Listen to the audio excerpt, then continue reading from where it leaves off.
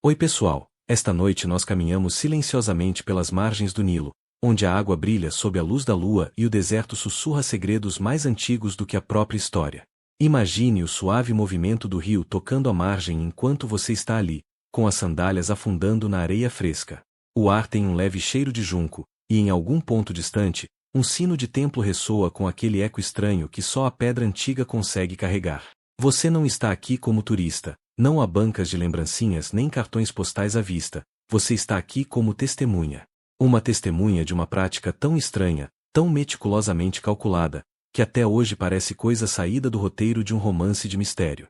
Os egípcios acreditavam que o Nilo não era apenas água, era o pulso do mundo deles, o motivo de a vida existir em um lugar onde tudo mais era poeira e sol. Agora, imagine essa mesma força vital como um espelho da morte. Porque, para eles, a morte não era esse ponto final abrupto que nós modernos tememos. Era uma corrente, uma continuidade. E se você quisesse pegar essa corrente, precisava de um corpo bem preparado. Em outras palavras, nada de finais descuidados. E você, sortudo, está bem no meio disso tudo. Mas um aviso, você provavelmente não aguentaria 5 minutos dentro de uma oficina de embalsamamento egípcia. Imagine um espaço impregnado com um cheiro de sal, resina e algo que eu vou educadamente chamar de restos da semana passada. Você estaria se abanando dramaticamente e murmurando, não, hoje não. Então, antes de se acomodar, tire um momento para curtir o vídeo e se inscrever no nosso canal. E me diga nos comentários de onde você está assistindo e que horas são aí. Sempre me fascina pensar que, enquanto falo sobre noites iluminadas pela lua no Nilo, alguém está ouvindo durante o trajeto matinal ou pouco antes de dormir. Agora, apague as luzes, relaxe, e vamos mergulhar juntos na jornada desta noite. Você dá um passo mais perto da água, a brisa trazendo um sussurro de papiro. Cada ondulação parece um batimento cardíaco, e você quase consegue sentir a presença de incontáveis gerações que já ficaram onde você está agora. O Nilo não era apenas um rio, era uma promessa. Alimentava as colheitas, transportava barcos, entregava peixes. E, quando a morte chegava, carregava também a alma, ou assim acreditavam. Ainda se discute se os egípcios viam o Nilo mais como uma bênção prática ou como uma divindade em si. Alguns argumentam que era puramente pragmático, afinal, sem o Nilo, não havia trigo, nem cerveja, nem vida. Outros afirmam que era profundamente espiritual, com o rio servindo como reflexo da eternidade. O que é certo é que seus ciclos de cheia e seca espelhavam a visão egípcia de vida e morte, um ciclo contínuo, sempre renovado. Enquanto você caminha, a luz da lua se reflete nas águas escuras e lisas, e você percebe que é aqui que tudo começa. Cada ritual, cada corpo preservado em linho, cada caixão pintado, todos devem algo a este rio. Pense nele como a tomada de energia original. Se você não estivesse conectado ao Nilo, não estava conectado à vida, nem a vida após a morte. E aqui vai uma curiosidade. Os antigos egípcios às vezes dormiam em apoios de cabeça feitos de madeira entalhada, não em travesseiros. Imagine tentar tirar um cochilo em algo que parece estranhamente um colar cervical. Ainda assim, eles acreditavam que isso manteria a cabeça elevada, protegida simbolicamente, porque mesmo no sono, a morte estava sempre à espreita. Engraçado como hoje ficamos irritados se nosso travesseiro de espuma da memória não for firme o bastante, e eles eram tipo, me dá esse pedaço de madeira, tá ótimo. Enquanto você permanece na margem, percebe uma luz fraca de tochas ao longe. Um grupo de figuras se move silenciosamente, carregando algo envolto em um tecido simples. Você não precisa que ninguém explique o que é, você já sabe. É assim que sua noite vai se desenrolar. Não entre os vivos, mas entre aqueles que preparam os mortos para uma segunda vida. O frio aumenta conforme você o segue, a areia rangendo sob seus pés, e o mundo parece prender a respiração. O Nilo vibra atrás de você, constante e eterno, enquanto à frente uma porta estreita se abre na pedra, escura, fechada, nada acolhedora. Ao atravessá-la, você deixa para trás o mundo comum. Lá dentro, começa a verdade chocante da mumificação egípcia. Você atravessa o limiar, e o ar muda de imediato. O frescor do Nilo fica para trás, substituído por uma atmosfera densa, quase pegajosa, que cheira a fumaça, óleos resinosos e um leve traço metálico difícil de identificar. O espaço é iluminado por tochas presas às paredes de pedra, e as chamas criam sombras que se alongam como dedos inquietos. Você sente como se tivesse entrado não apenas em um lugar físico, mas em uma camada secreta da realidade, uma onde os vivos só passam se estiverem dispostos a tocar de perto o mistério da morte. À sua frente, homens vestidos com túnicas de linho se movem em silêncio ensaiado. Eles não parecem perturbados pelo que carregam. Para eles, este não é um corpo, é uma tarefa sagrada. Um ofício.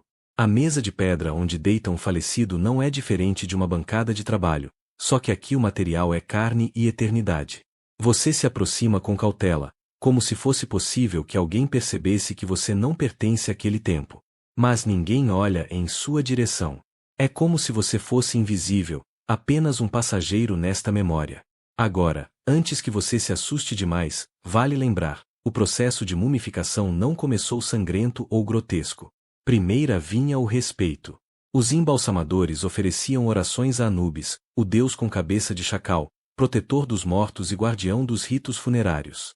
É meio irônico imaginar, enquanto você aí precisa da senha do Wi-Fi para sentir que está protegido, aqui eles acreditavam que um deus meio humano, meio cachorro estava cuidando de cada detalhe.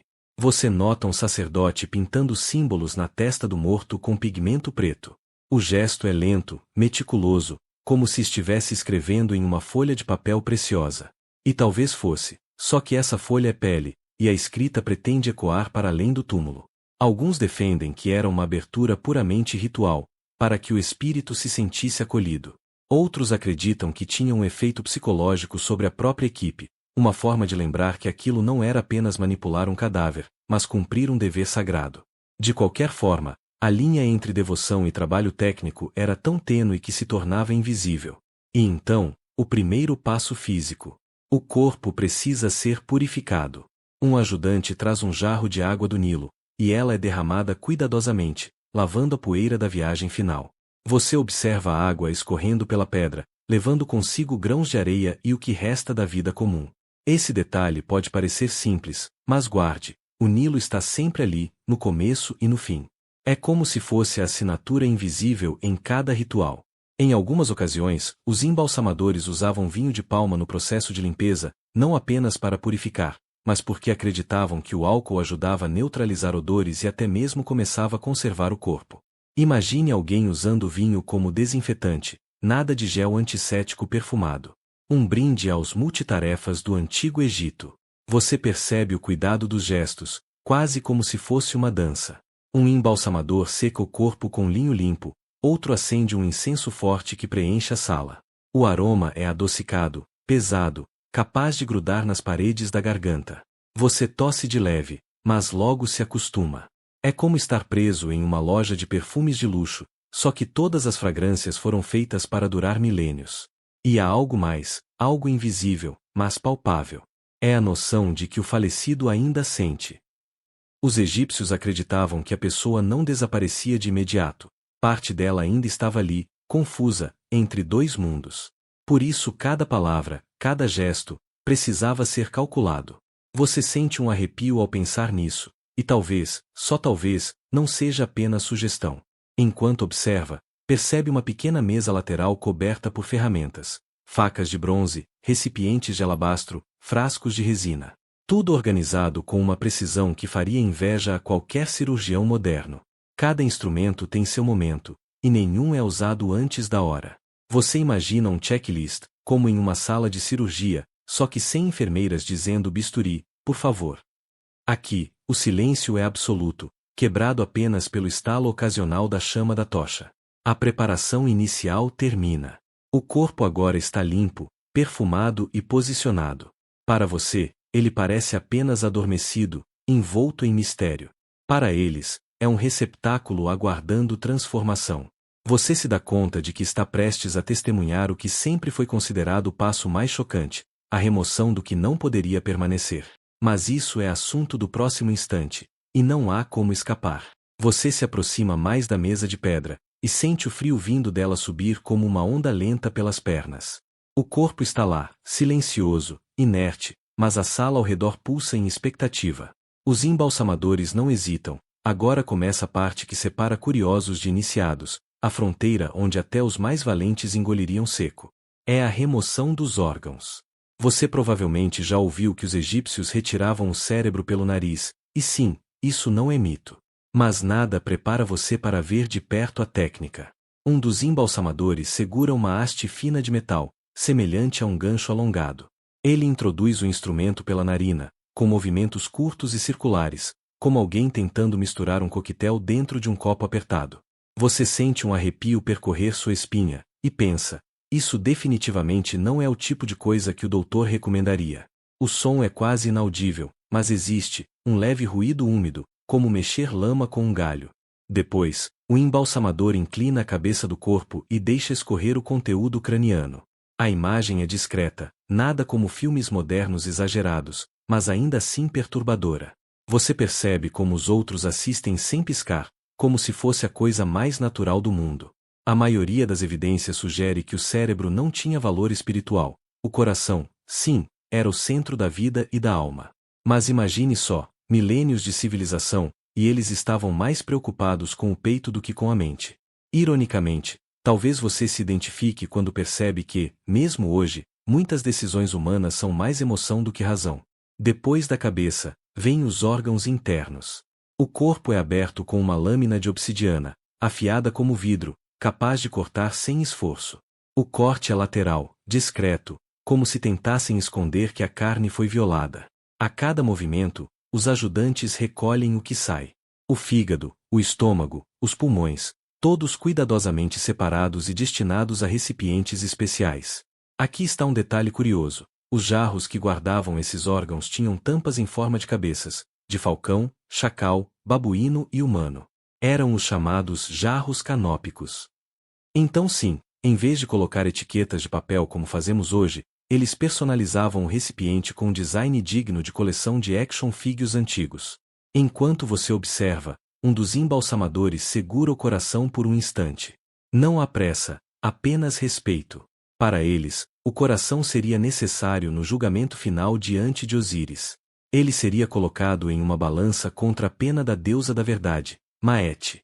Se fosse mais pesado, o morto não passaria. Você pensa em todas as vezes que reclamou do peso extra depois de um hambúrguer noturno. Comparado a isso, parece até um problema menor.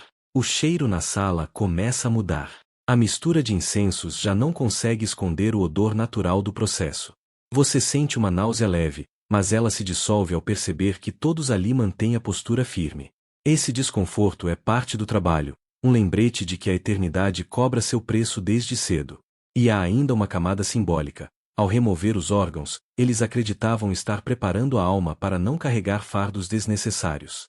Era como fazer uma mala de viagem. Você não leva tudo, só o essencial. E, segundo eles, o essencial era manter o corpo reconhecível, limpo e digno. Você nota que os embalsamadores trabalham como uma equipe sincronizada. Um corta, outro recolhe, outra sela recipiente. Não há fala, apenas gestos breves. Você quase sente que poderia estar vendo uma equipe de cirurgia moderna, com a diferença de que aqui não existe anestesia, não existe recuperação. Existe apenas a busca por permanência. O corpo, agora vazio, é lavado novamente com vinho de palma e óleos. A cavidade é preenchida com resinas aromáticas, serragem fina, mirra e canela. É como se o interior fosse convertido em um sachê gigante, preparado para manter o corpo estável e perfumado por séculos. O contraste é estranho. De fora, uma cerimônia solene. Por dentro, quase uma receita secreta. Você respira fundo, tentando processar o que acabou de testemunhar. Não é apenas técnica, nem apenas religião.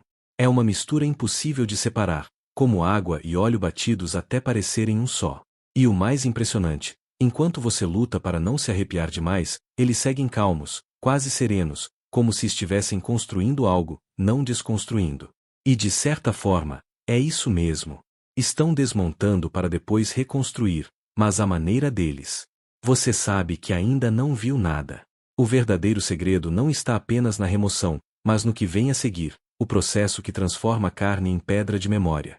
Você ainda está diante do corpo aberto, e, embora a cena já seja surreal, é agora que o processo começa a se tornar realmente transformador. Os embalsamadores preparam o que muitos chamariam de etapa central, a secagem com natrão. Esse nome soa quase como uma marca de sabão em pó, mas na verdade é um mineral natural, abundante nos desertos do Egito. É uma mistura de sal e bicarbonato que, para eles, era praticamente mágica. Um dos ajudantes chega com cestos cheios de cristais brancos, brilhando à luz das tochas. Ele os derrama nas mãos, deixando escorrer como areia seca. Você percebe o silêncio reverente no ambiente. Não é apenas ciência, é ritual. O corpo é recoberto com esse pó e, em seguida, colocado sobre uma camada espessa da substância. Mais natrão é despejado por cima, até que a figura humana desaparece quase totalmente. Parece que o morto foi engolido por uma praia artificial no meio da câmara.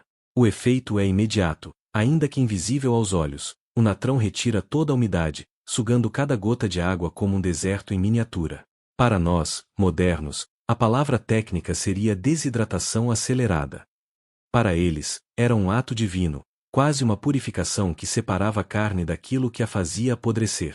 Historiadores ainda discutem se o período de exposição ao natrão variava de acordo com o status social ou época.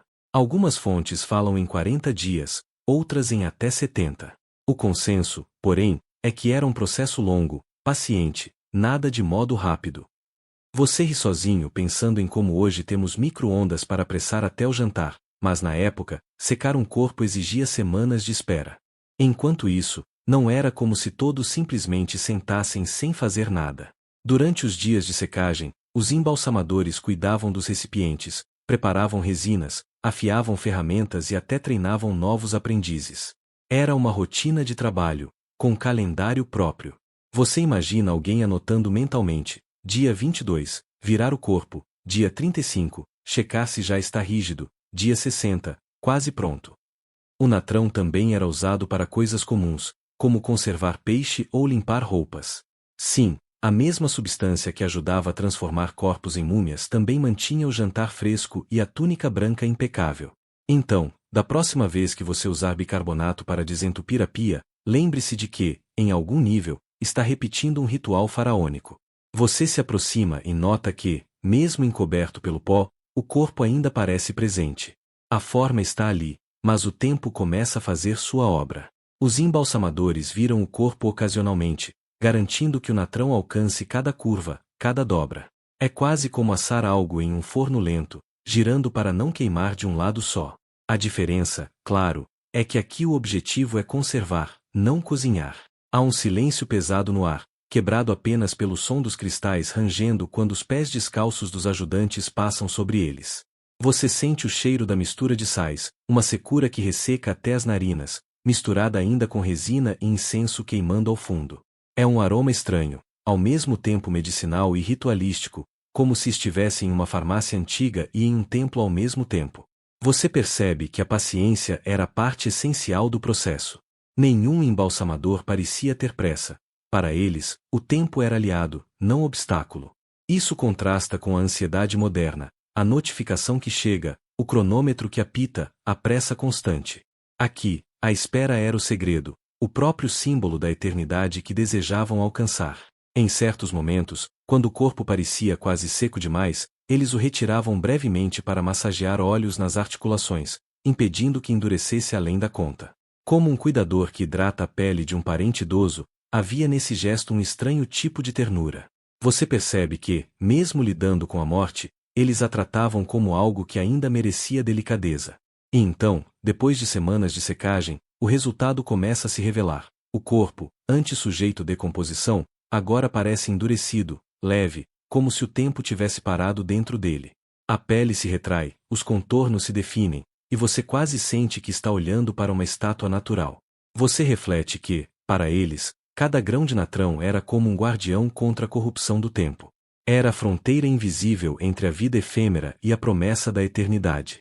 Não é só ciência, é fé cristalizada.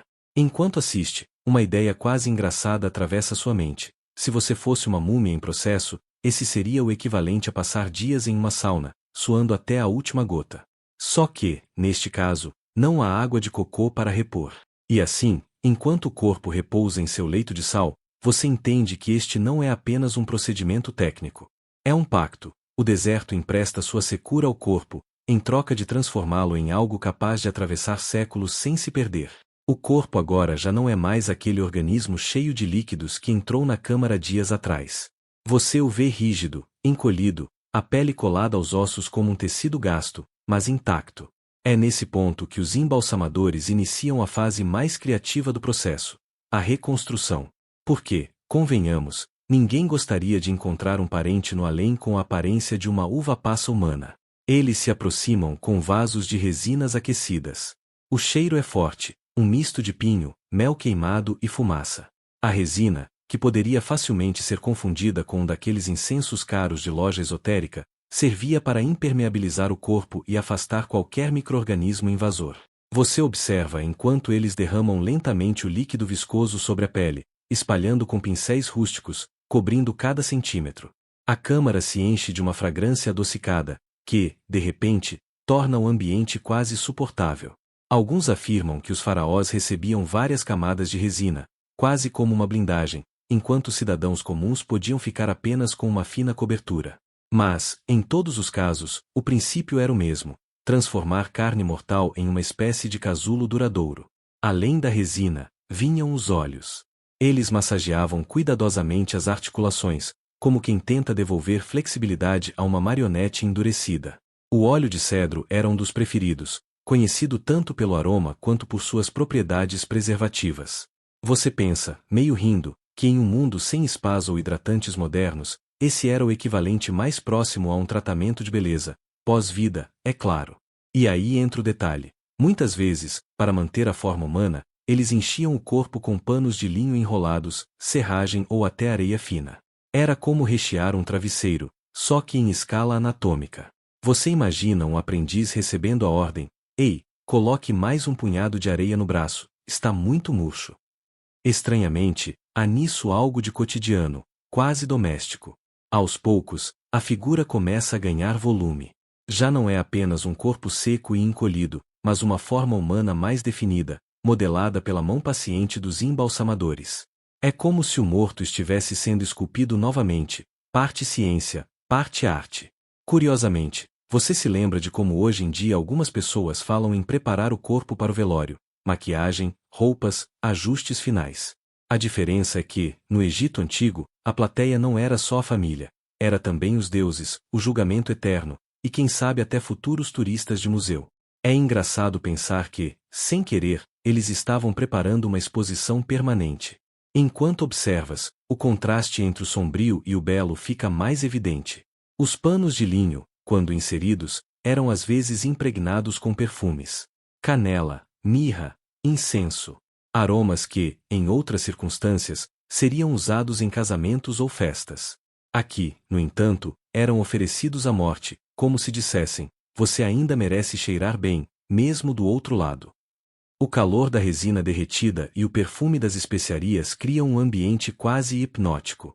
Você respira fundo e sente que, apesar da estranheza, há uma certa dignidade nesse cuidado. É como se eles se recusassem a aceitar que a morte fosse apenas podridão e fim. Eles a tratam como um portal, e o corpo é o passaporte que precisa estar em ordem. Você se pega pensando: será que havia um embalsamador orgulhoso, que olhava para seu trabalho e dizia mentalmente: "Este é um bom acabamento. Vai durar milênios." Porque, convenhamos, ele estaria certo. Muitas múmias ainda estão aqui para provar. Entre pinceladas de resina e compressas de óleo, o corpo vai se tornando algo entre humano e artefato. Não é mais carne comum, é uma construção, um objeto de transição. Os embalsamadores sabem disso. Seus gestos são precisos, quase coreografados, como se cada movimento fosse uma oferenda silenciosa. E você percebe que essa fase era crucial não apenas pela preservação, mas pelo simbolismo. Era a tentativa de devolver dignidade àquele que tinha perdido a vida, como se dissessem: "Você não está indo destruído, está indo preparado." No fim dessa etapa, o corpo parece mais sereno. Há uma calma estranha no ar, como se o morto estivesse pronto para o próximo ato. Mas você sabe, ainda falta muito até que esteja verdadeiramente imortalizado. O corpo, já tratado com resinas e óleos, repousa sobre a mesa de pedra. Agora é o momento em que o processo se transforma em algo mais do que ciência ou técnica. É quase poesia. Você sente o ar ficar mais pesado com o cheiro de especiarias, como se tivesse entrado em uma perfumaria luxuosa, só que 3.000 anos antes da sua invenção. Os embalsamadores abrem pequenos potes de alabastro, e o ambiente logo se enche de notas quentes de mirra, o doce amargo da canela e o toque fresco do junípero. Você observa, fascinado, enquanto eles passam essas essências no corpo, não apenas para mascarar qualquer odor, mas também como parte de um ritual profundamente espiritual. Cada fragrância tinha um significado. A mirra, por exemplo, era associada à pureza, enquanto o incenso evocava a presença divina. Alguns textos sugerem que os faraós eram literalmente impregnados com substâncias tão caras que custariam fortunas inteiras. Você pensa, meio sarcástico, imagine gastar todo o PIB de um país só para cheirar bem no além. Mas não se trata apenas de perfumes. Enquanto aplicam os óleos, os sacerdotes embalsamadores começam a introduzir amuletos cuidadosamente escolhidos entre as dobras do linho. Um escaravelho do coração aqui, um olho de Horus acolá. Cada objeto é colocado com uma intenção específica: proteção, força, sabedoria, ou mesmo a garantia de que o morto se lembraria de seu nome no tribunal de Osíris. Você acompanha o gesto cerimonial. Eles levantam um pequeno amuleto de faiança verde e o seguram contra a luz bruxuleante da lamparina. O brilho parece quase sobrenatural, antes de o colocarem sobre o peito do defunto. É um momento silencioso, quase solene, que te faz sentir como se estivesse espiando um segredo proibido. E há também as inscrições. Alguns pedaços de linho recebem hieróglifos pintados ou escritos com resinas coloridas. Palavras de proteção, encantos, passagens do livro dos mortos. Você pensa, é como colocar lembretes no celular, mas versão eterna. Instruções para não se perder no labirinto do além. Como amuletos, inseridas nas cavidades do corpo. Sim, cebolas. Você sorri sozinho, imaginando o morto atravessando a eternidade com um hálito apimentado, mas protegido espiritualmente. Enquanto isso, os perfumes continuam sendo aplicados camada após camada. O corpo começa a exalar um aroma quase embriagante, como se estivesse em uma festa luxuosa em vez de uma oficina mortuária. Você se dá conta de que esses odores não eram apenas para os mortos, mas também para os vivos, para suavizar a experiência dos familiares que, em breve, viriam seu ente querido preparado. Você passa a sentir um contraste curioso. Por um lado, a cena é estranha, cheia de símbolos e objetos ocultos. Por outro, há uma beleza reconfortante no cuidado meticuloso. Como se a morte não fosse uma ruptura brutal, mas um processo acompanhado de carinho, perfume e presentes. É impossível não pensar em como fazemos coisas semelhantes hoje. Pessoas deixam cartas, fotografias, ou até mesmo bichos de pelúcia em caixões modernos. A diferença é que, no Egito Antigo, cada objeto era carregado de poder mágico, uma chave para abrir portas invisíveis. O cheiro da mirra agora domina o ar. Você sente uma calma estranha, como se esse perfume estivesse de fato cumprindo seu papel espiritual, conectando mundos. O corpo parece menos um cadáver e mais um receptáculo preparado, perfumado e guardado. A cada toque de óleo, a cada amuleto escondido, você entende melhor o que os egípcios acreditavam, que ninguém ia sozinho para o outro lado. Ia-se com armas, memórias, perfumes e símbolos. Ia-se, sobretudo, preparado. Você observa quando os rolos de linho são trazidos. São longos, finos e parecem não ter fim, como se pudessem envolver o corpo por dias inteiros. O linho, tecido da vida cotidiana, aqui se transforma em pele da eternidade. Você escuta o som suave do tecido sendo desenrolado, quase como um sussurro, preenchendo a câmara silenciosa. O processo não é apressado. Cada camada tem um propósito. Primeiro, enrolam os dedos das mãos, depois os dos pés. Cada parte do corpo é tratada individualmente, como se cada fragmento fosse uma entidade sagrada. Você acompanha, intrigado, enquanto eles recitam frases baixas durante a aplicação. Algumas dessas frases foram registradas em papiros, verdadeiros manuais de embalsamamento, instruindo cada passo como uma receita cósmica. Há debates entre estudiosos se essas palavras eram mágicas de verdade ou simples instruções litúrgicas. De qualquer modo, o efeito é hipnótico. Você se pega pensando que, se fosse uma aula de yoga, teria adormecido no tapetinho depois da terceira repetição. O linho não era qualquer tecido. Muitas vezes vinha das roupas usadas pelo próprio falecido em vida, cortadas em tiras para envolvê-lo na morte. Como se cada lembrança de quem ele foi se transformasse em uma camada protetora. É quase poético, sua vida literalmente o cobre no além. A cada camada, mais óleos e resinas são aplicados. O linho gruda no corpo, endurecendo com o tempo. É assim que a múmia ganha aquela rigidez tão característica. Você toca mentalmente a cena, imaginando quanto esse processo exigia paciência e disciplina. Os embalsamadores, de certa forma, eram artesãos de imortalidade. E não pense que enrolar era apenas uma questão de cobrir. Entre as camadas, mais amuletos eram inseridos, bem posicionados em locais estratégicos, sobre o coração, na garganta, nas mãos. Pequenos escaravelhos, olhos de ouros, ou até inscrições pintadas diretamente no tecido. É como esconder segredos entre páginas de um livro. Aqui entra uma curiosidade que talvez você não esperasse. Algumas múmias tinham os braços e pernas embrulhados de forma a criar um formato estético. Há registros de múmias femininas que receberam bandagens tão delicadas que lembravam vestidos drapeados. Sim, até na eternidade, a moda tinha seu lugar. Enquanto o corpo vai sendo escondido sob o linho, você sente uma sensação estranha. A pele desaparece, os traços faciais somem. Aos poucos, o indivíduo deixa de ser reconhecível. Não é mais um corpo, mas um artefato. E essa transição é poderosa. Você entende o peso cultural de transformar um ser humano em um objeto sagrado. Para tornar o momento ainda mais curioso, há relatos de que algumas famílias entregavam faixas de linho com orações escritas à mão, pedindo bênçãos específicas. Imagine transformar seu diário em bandagem eterna.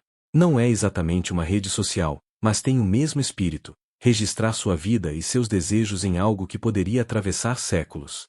Os enrolamentos seguem em ritmo quase meditativo. Primeiro o tronco, depois os braços cruzados sobre o peito, como uma posição que já se tornou símbolo das múmias em filmes.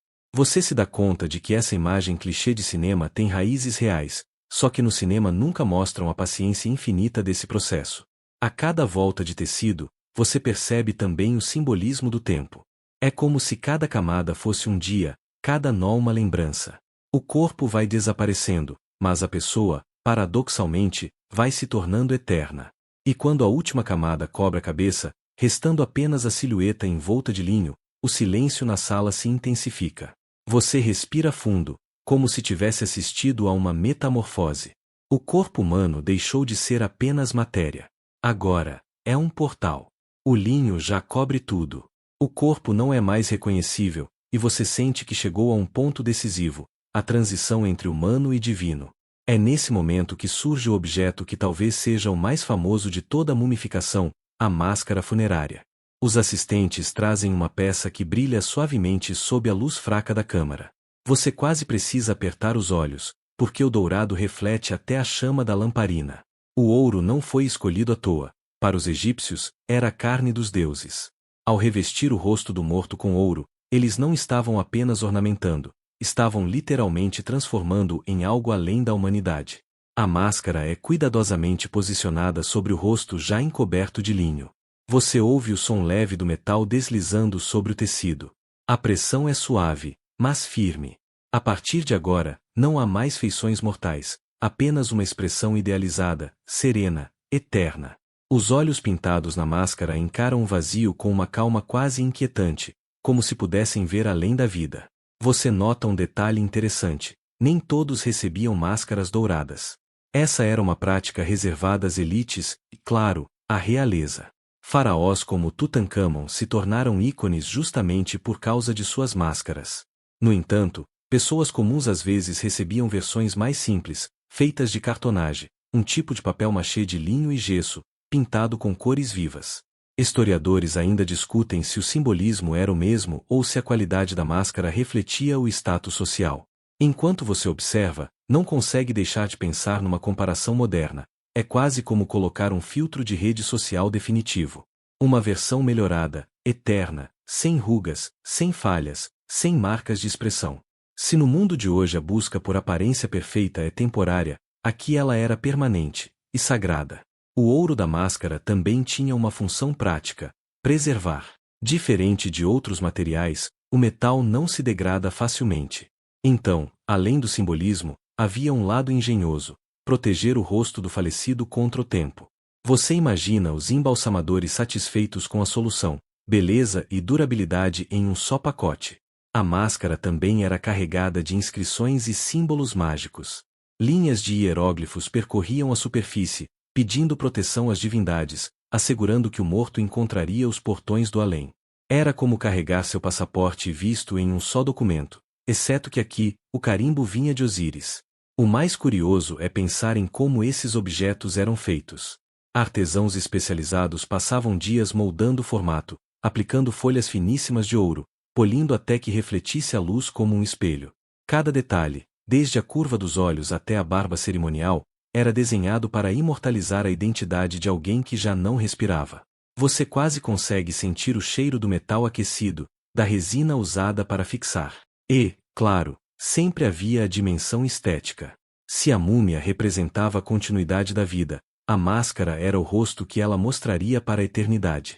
Para os vivos, olhar para uma máscara dourada devia ser como encarar o próprio sol. Você sente um arrepio ao imaginar a cena. Os familiares, ao verem o corpo pronto, não reconheciam mais o ente querido. Em vez disso, contemplavam um ser transformado, entre humano e divino. Aqui vai uma curiosidade menos conhecida. Algumas máscaras tinham detalhes extremamente personalizados, como marcas faciais sutis, tentando capturar a identidade real da pessoa.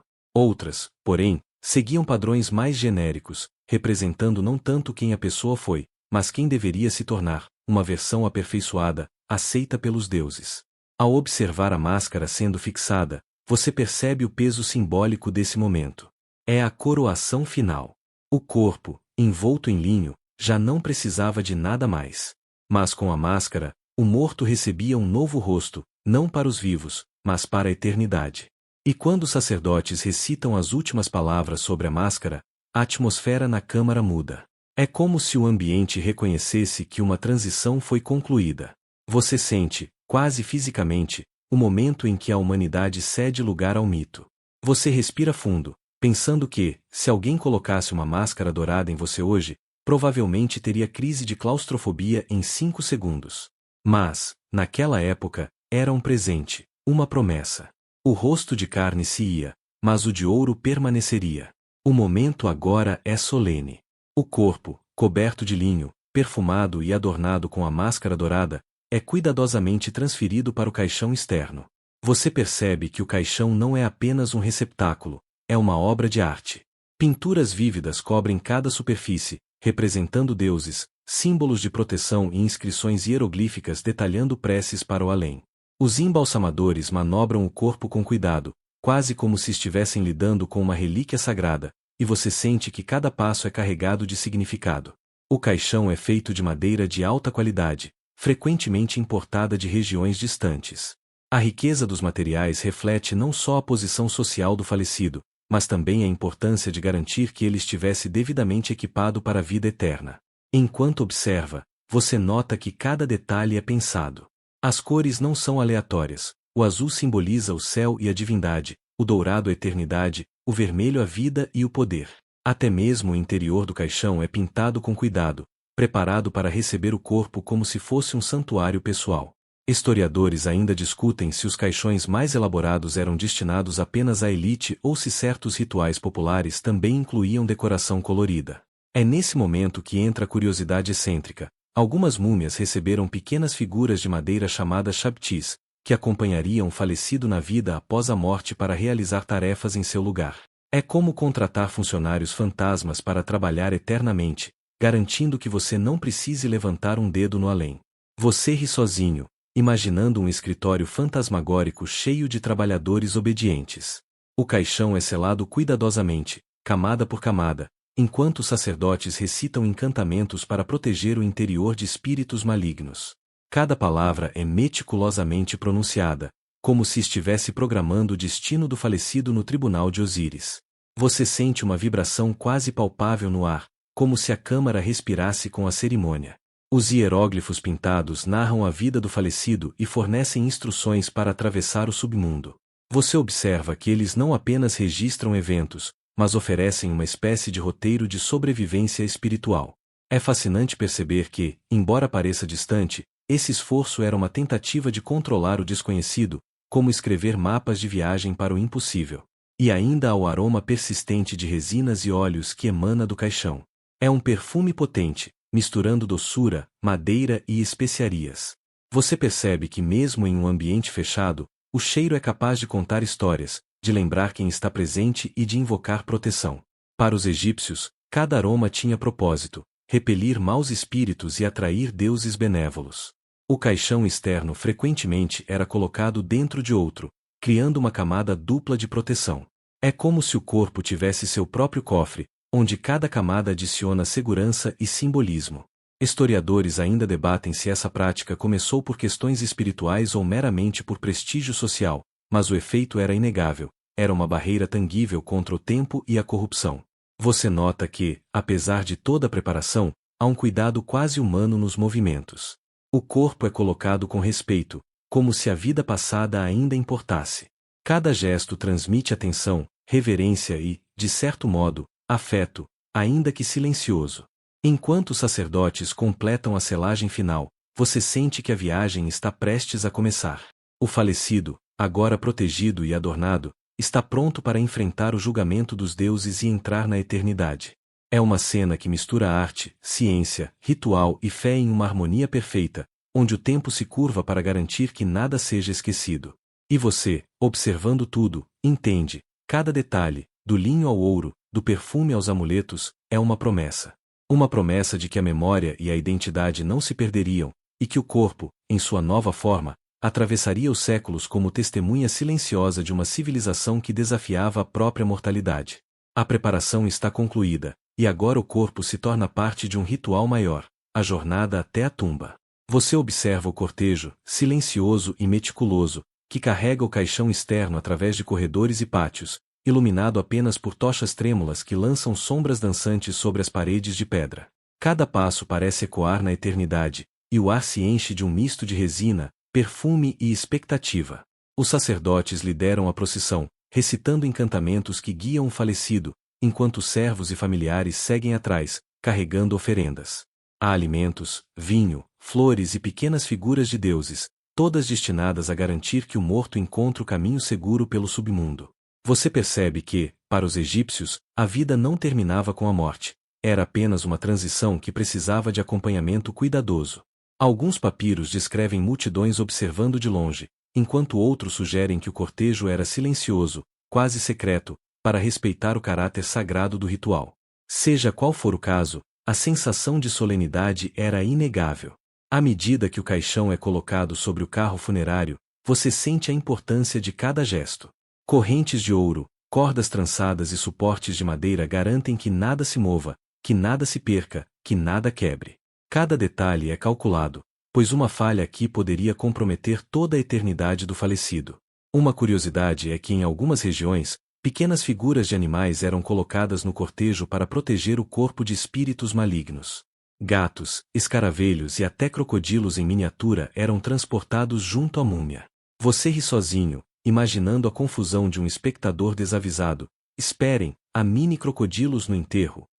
O carro funerário começa a se mover lentamente, puxado por bois ou por servos fortes, através de passagens que levam à necrópole.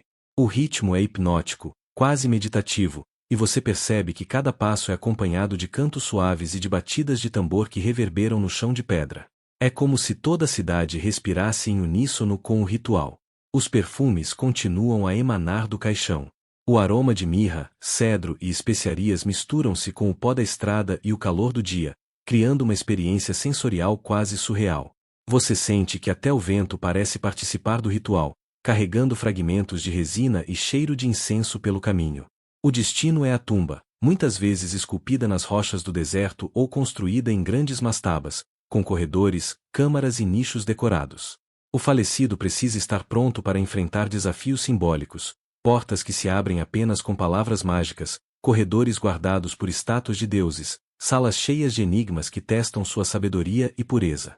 Ao entrar na tumba, o cortejo se move com cuidado extremo. Cada pedra, cada obstáculo, é contornado com precisão.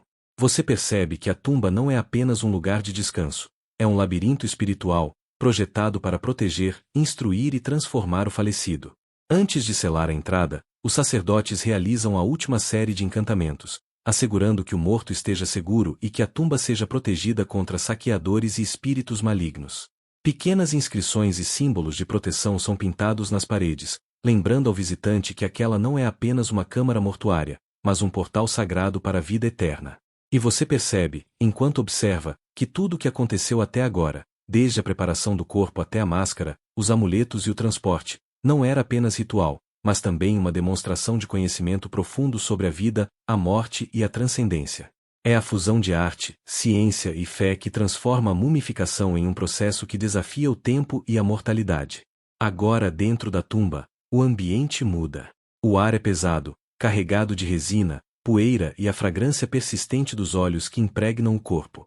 Você sente o espaço estreito, quase íntimo, e percebe que cada canto, cada parede esculpida, foi pensado para proteger e instruir o falecido em sua jornada pelo além.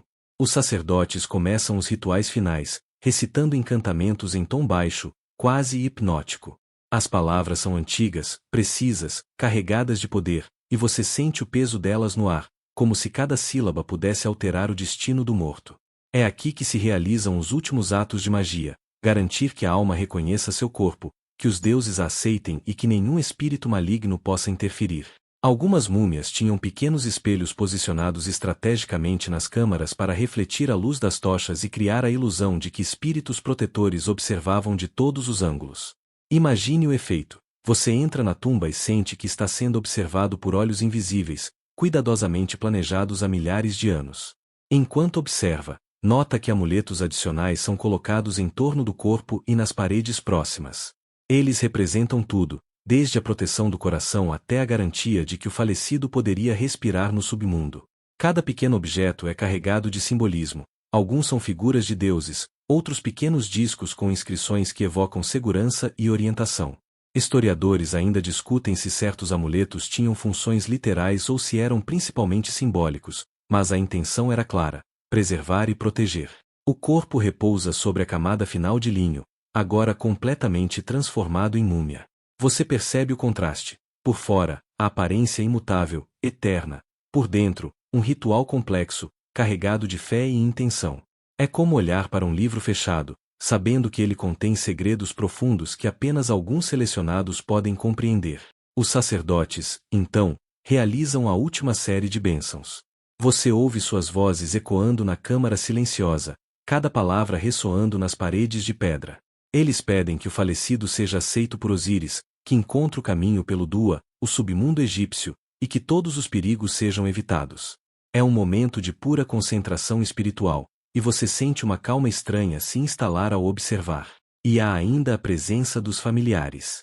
Algumas múmias eram acompanhadas por oferendas de alimentos, vinho, pão e frutas, cuidadosamente posicionadas nas câmaras. É fascinante perceber que, mesmo mortos, as pessoas recebiam cuidados cotidianos, como se a vida continuasse de outra forma. Você quase consegue imaginar a cena: filhos, esposas ou irmãos colocando pedaços de pão e lambendo os lábios, sorrindo para um ente querido que não podia mais responder. Enquanto a última luz da tocha se apaga, você sente a transição completa. O morto agora está pronto. O ritual cumpriu seu objetivo: corpo protegido, alma guiada, deuses presentes. E, de certo modo, você percebe que a mumificação não é apenas sobre preservar carne, mas sobre preservar memória, identidade e a esperança de que algo de você sobreviva à passagem do tempo. E é nesse silêncio final, com a múmia descansando em sua tumba ricamente preparada, que você entende a magnitude do processo. Cada camada de linho, cada óleo perfumado, cada amuleto e encantamento não é apenas tradição, mas um elo entre vida e eternidade. Um pacto antigo que garante que, mesmo quando o corpo se desintegra, a essência permanece intacta, protegida e respeitada pelos deuses. Com a múmia agora segura em sua tumba, você percebe que a história não termina com o corpo dentro do caixão. Há rituais noturnos, cerimônias secretas e práticas que apenas alguns escolhidos podiam presenciar. É como se a verdadeira jornada do falecido apenas começasse quando a porta da tumba fosse fechada. Você observa os sacerdotes mais experientes, que permanecem após a cerimônia principal. Eles sussurram palavras que ninguém mais ouve, traçam símbolos no ar e aplicam perfumes específicos para invocar proteção adicional. Cada gesto é medido, cada incenso queimado em quantidades precisas, pois acreditava-se que os espíritos noturnos podiam ser tanto aliados quanto inimigos. Historiadores ainda discutem se essas cerimônias eram estritamente religiosas ou se também tinham um componente psicológico, ajudando a comunidade a lidar com a perda. Para você, enquanto observa, o efeito é tangível. A presença dos rituais noturnos dá à tumba uma aura quase viva, como se o lugar respirasse junto com o falecido. Entre as práticas mais peculiares, alguns textos mencionam a utilização de máscaras adicionais e espelhos colocados estrategicamente para refletir a luz da lua, criando efeitos de sombras que confundiam espíritos maléficos. Imagine a cena: um corredor escuro iluminado apenas pelo brilho prateado da noite e a chama de poucas tochas, com reflexos que dançam nas paredes, enquanto os sacerdotes sussurram palavras antigas. Enquanto você acompanha, percebe a importância do tempo. Alguns rituais eram realizados apenas à noite, quando se acreditava que os deuses e espíritos estavam mais próximos, e o mundo dos vivos e o dos mortos se aproximava perigosamente. Os egípcios, a noite era uma passagem mágica, e cada ritual noturno era uma proteção extra para a alma que recém-chegada ao submundo. Além disso, algumas múmias recebiam inscrições temporárias na argamassa da tumba, feitas com pigmentos que desapareciam com o tempo. Esses símbolos, invisíveis para a maioria, eram interpretados pelos sacerdotes durante as cerimônias noturnas, garantindo que o falecido estivesse seguro e guiado.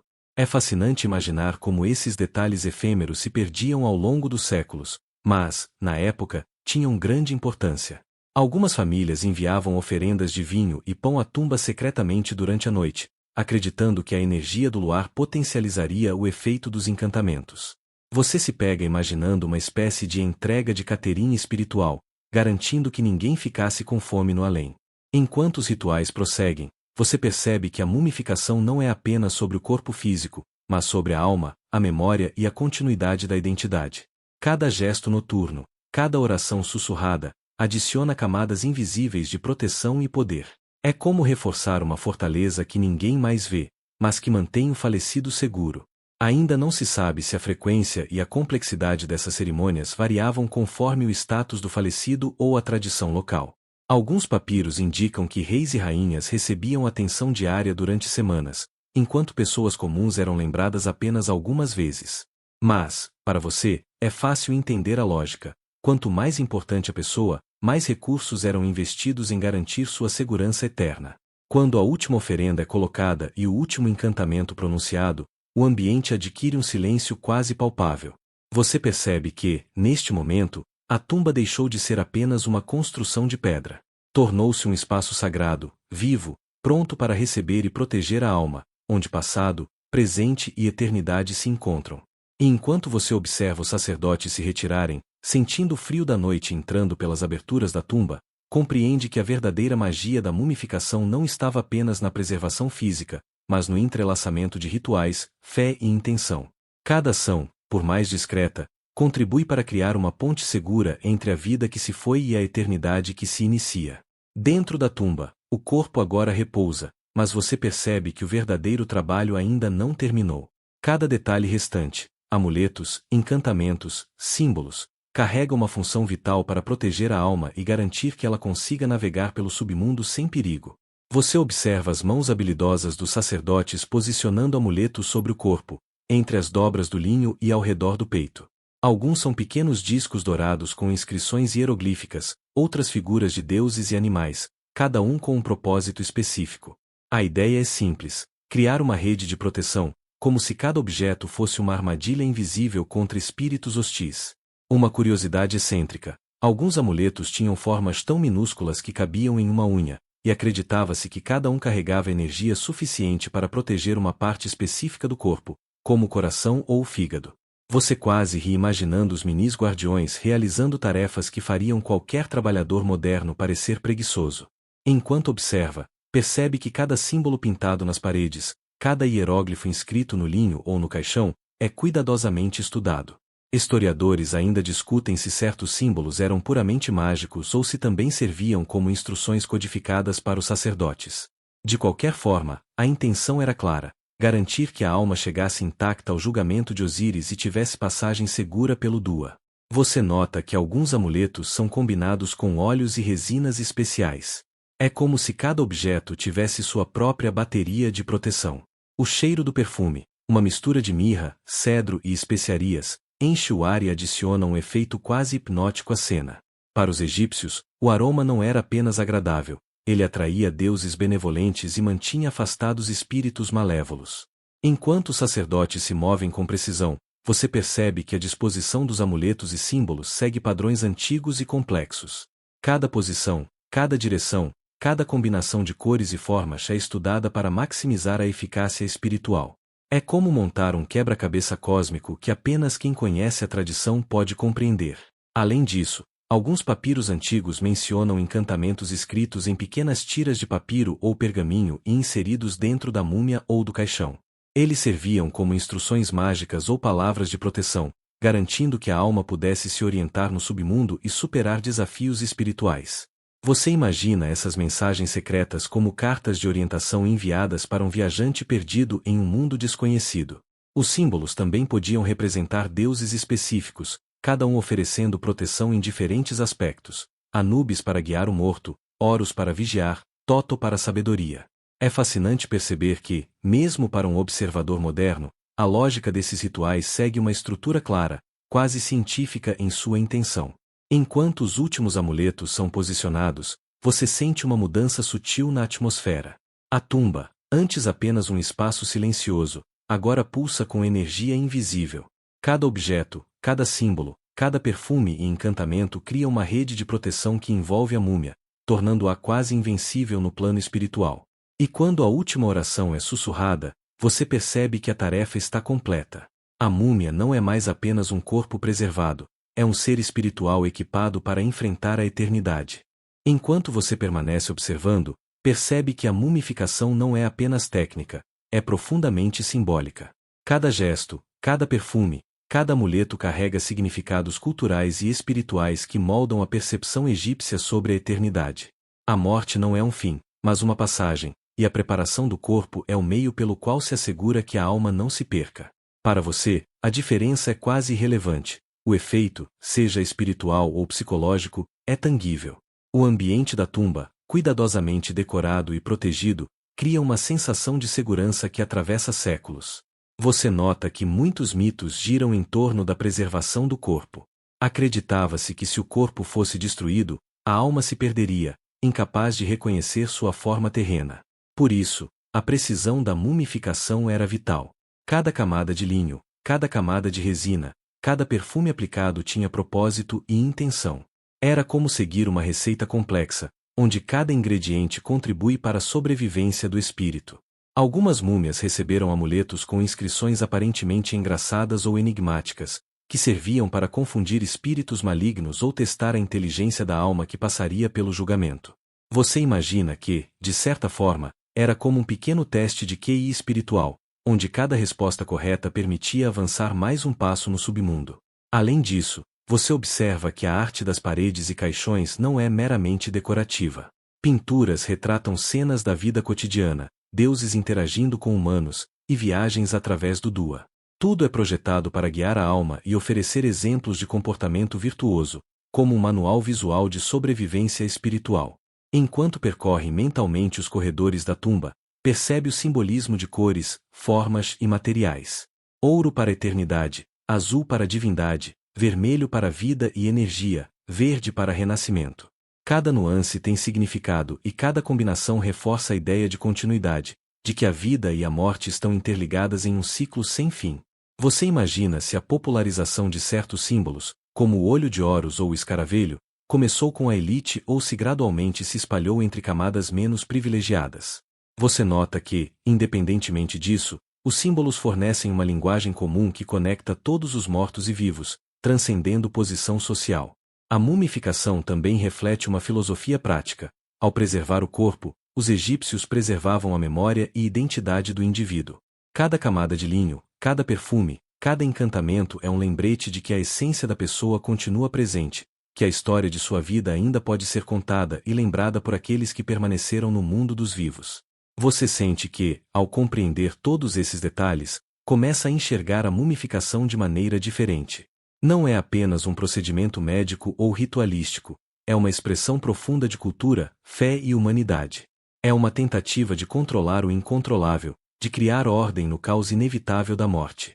Enquanto o silêncio da tumba se intensifica, você entende que cada mumificação é uma ponte entre o passado e o futuro, entre o conhecido e o desconhecido.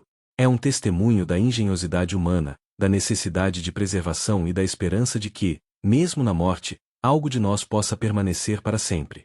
Agora você está diante do fechamento desta longa jornada.